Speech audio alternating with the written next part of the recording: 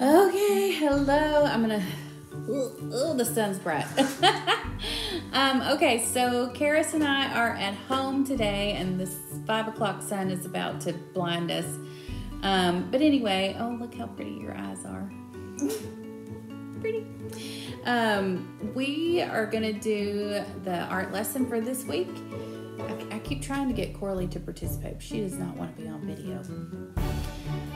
So Karis is my pal every week. I'm actually going to divert from the packet that you got. So we will do what's in the packet, but I have been so inspired. So we've been out in the garden planting vegetables and flowers, and spring has sprung. And it is everywhere. Everywhere we go, there is a bunch of blooms and just beauty. It's green and the sky is so blue, and it's just a wonderful time to be outside. So I want to spend some time today kind of recreating what we've seen. And I have been super inspired by an artist who loves to paint flowers. And her name is Helen Deltree, or Deltree. I'm not sure how she pronounces it, but you can find her on Instagram and Facebook. But anyway, our piece today is going to be inspired by her work. What you're going to need is some paper. Thicker paper the better, because we're going to paint. You are going to need some acrylic paints if you have them. If not, watercolor's fine. I'll kind of talk about some different variances in there. A pencil. Let's see. I think that's about it. Some paint brushes and some water. Okay. So I'm going to pause the video for a minute and let you go gather up your things and get ready. Be sure to protect your table. We have some newspaper down so we don't get paint on our table. You can also use like a plastic placemat, just whatever you have handy. And let's create some art together. Okay, Karis and I have got all our stuff set up and we're ready to get started. One thing I want to encourage you on is nature is not perfect. And I think sometimes when we go to create art, we try to make it perfect. We try to make sure that everything is exactly round or exactly this shape or exactly... Flowers are not like that. They're not all the same. They're not all perfect. There's lots of variances. Sometimes they're wrinkled. Sometimes their leaves are bent. I mean, there are just so many different things, and that's what makes it interesting. So as we move forward with this painting, I want you to keep that in mind. Now, we have a paint palette that consists of these colors. Yours does not have to consist of these colors, but this down here, this orange and yellow and poppy color, and then a dark pink and a light pink. This is what our flowers are going to be made of. And then any of our greenery is going to be this mix of the black and the dark green, light green, and a white. And I may or may not use some of these brown colors. The first thing we have to do is paint in our background. I just want you to really quickly paint in a wash of watercolor. I'm going to do mine blue. What, is that in your way? And I mean just like really fast with a diluted brush, paint in this wash of color on the paper that you have.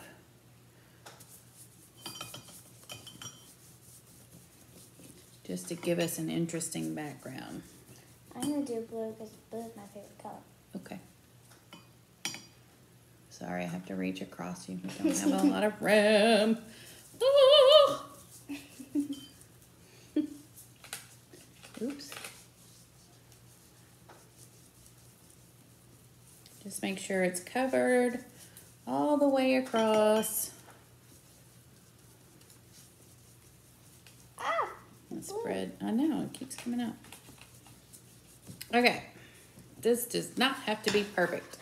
That is what mine looks like. See? Just something to put in the background. All right, then we're going to let that kind of sit for a second. Now, let's talk about brushes. I am probably primarily going to use this brush, and I think we have a couple of them. But anyway, this brush, woo! This brush has, let's see if I can fix that. A gigantic hand. This brush has a rounded edge, as you can see, which is really good for flowers. And then this brush has a straight edge that's kind of angled, so we'll be using both of those for sure. And maybe a smaller brush for details. So first thing I'm gonna do is I'm just literally gonna make these like little blobs on the paper. Just blobs. We're gonna make color blobs. What I want you to pay attention to is which of your color palette is light and which is dark. So we're gonna think about the value of those colors. So a lot of times we think about black and white as our only options. Well, if we look at this, we can say like this pink and this yellow are our light values. These two are our darker values, and this is our medium value, okay? So we have light, dark, and medium.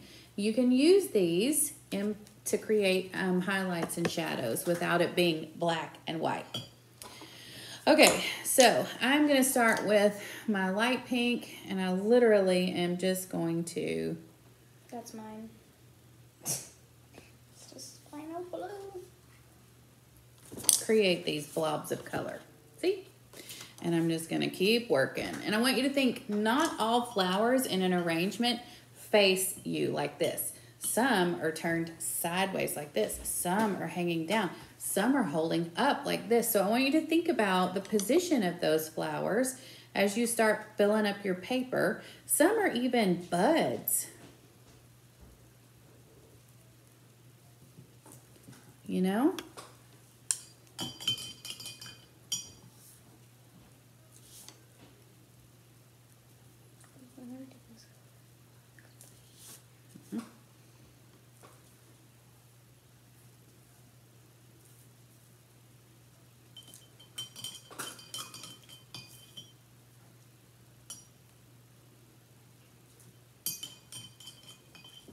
I never really think of how many colors are, usually when I draw a flower, yellow comes to my mind because, you know, I don't know why. Yeah. Yeah. And I love yellow flowers, by the way. Also, I want you to think about the fact that I am not really rinsing my brush off in between my flowers because we're going to utilize these colors a lot, just mixing them.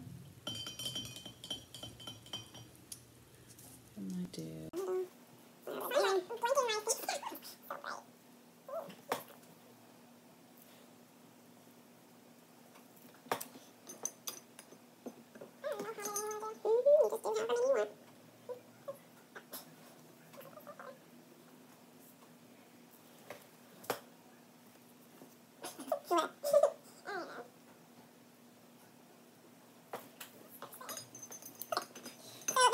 Arrangement that I've got going on. They're just blobs right now.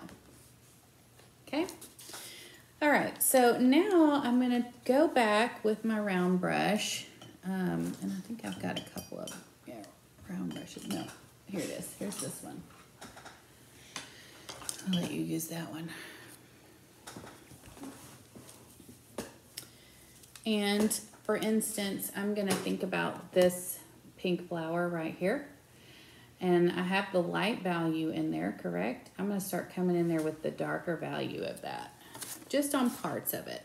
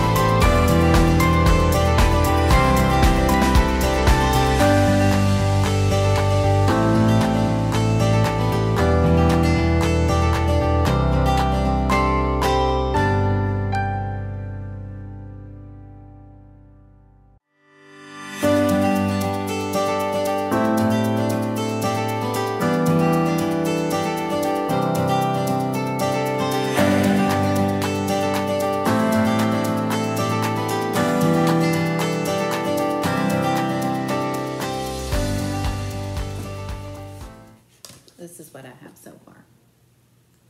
Whoa. So you just keep going back in. Painting is all about layers. This is not perfect by any means, but I'm having fun, and that's what matters. But painting's all about layers. So you started with your base layer, and then you come back in with your whites and your blacks and your lighter and darker values to add interest. Let's take this one, for instance. I started with that medium orange, and I added white towards the top of it, and I added the darker orange towards the bottom of it. Same thing with this bud. It's very abstract looking, but you can tell it is a bud. And this one too, see how the darker values are towards the bottom as if the light was shining down? And the same thing here. This is an abstract collage of flowers. And the more variation in the lights and the darks that you add, the better off you are. So I'm gonna work on my stalks down here. They're looking a little crazy. Looking a little crazy. Hey, I need more pink. Can you get some more pink? I'm gonna go. Which pink? The light pink? Yes, please. Yes. Something that you can do, I was talking about not washing your brush in between. There's another concept too. You can double load your brush. Like you can load one side of your brush with the white and then one side of your brush with the green. And that will help give that variation in your leaves and your stalks. So like, let's see if I can do this here. I've got one side green and one side white. And I'm gonna take it and I'm gonna draw some squiggly little, Can I have some more white? little grass.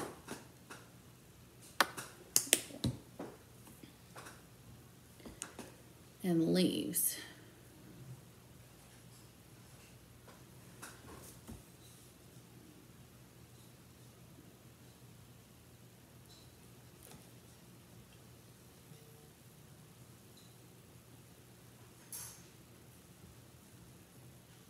Okay, mine's looking a little better.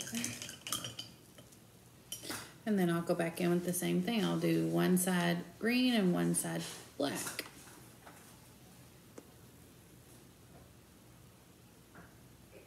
I think I got my shirt painted.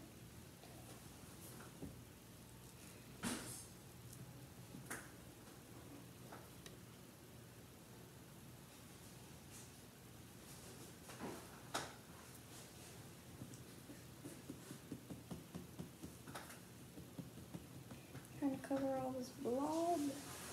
That is not the color that I needed. Looks like brown instead of white. Alright.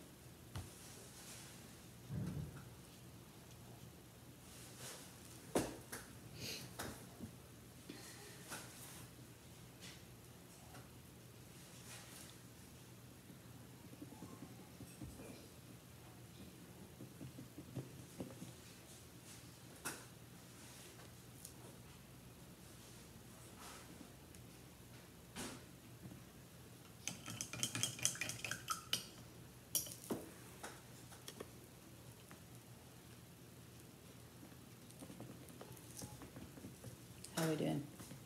Good. It's getting good. It's getting good. Alright, just need a couple more details.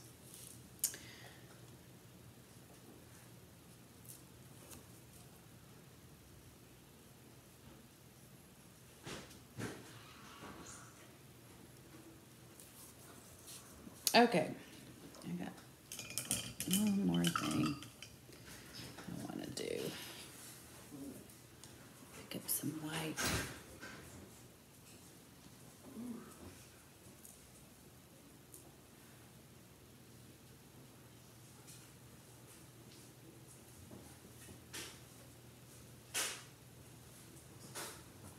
We're working on getting some equipment where you can actually see what I'm doing. Okay. My dog just came in here. Good old Maddie.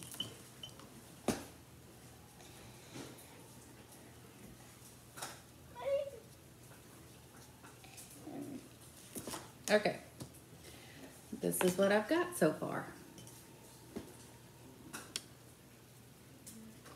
I like it.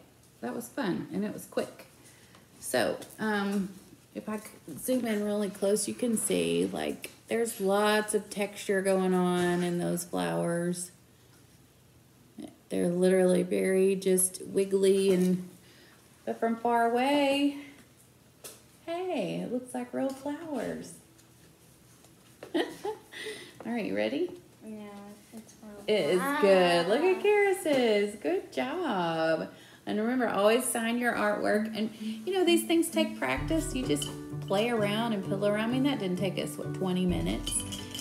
So I hope that you're inspired by this and that you can create some flowers. And hopefully Mom and Dad or maybe one of your siblings will join in and making some flowers with you. But we will do some of the other drawings in another video. And I hope you guys are doing good. Can't wait to see you back at the studio. See you soon.